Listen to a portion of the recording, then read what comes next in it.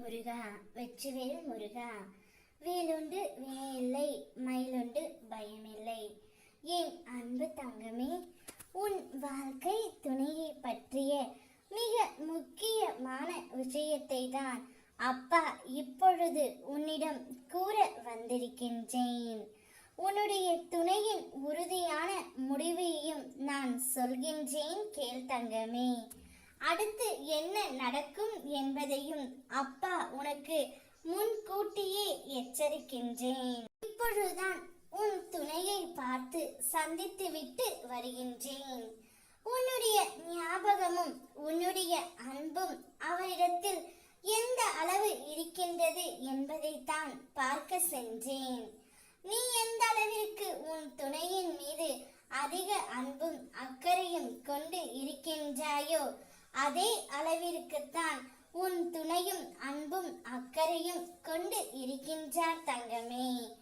அவருக்கு என்னை பற்றிய நினைவுகள் சற்றும் இருக்கிறதா என்று ஒவ்வொரு நாளும் கண்ணீர் வடித்துக் கொண்டு இருந்தாய் அல்லவா? நீ நினைப்பது போல் இல்லை தங்கமே. அவரும் எப்போதும் போல் உன் மீதான சிந்தனையில் தான் மூழ்கி இருக்கின்றார்.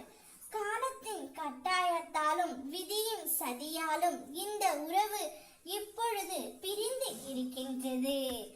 ஆனால் அவையெல்லாம் கடந்த காலமாக மாறப்போகின்றது. அவர் கூடிய விரைவில் உன்னிடம் வந்து சேருவார்.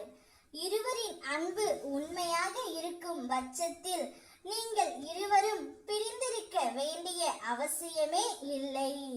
நீங்கள் இருவரும் ஒன்றாக சேர்ந்து வாழப் போகிறீர்கள்.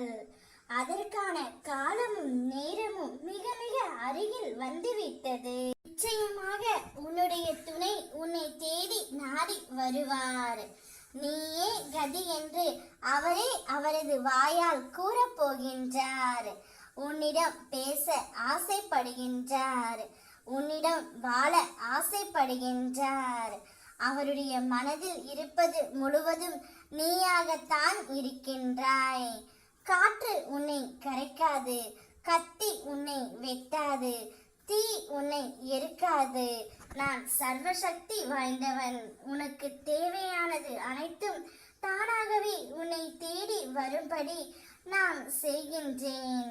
அடுத்தடுத்து உன்னுடைய வாழ்க்கையில் வெற்றியும் சந்தோஷமும் நிறைந்திருக்கும். சந்தோஷமாக இரு. ஓம் முருகா, வெற்றிவேல் முருகா.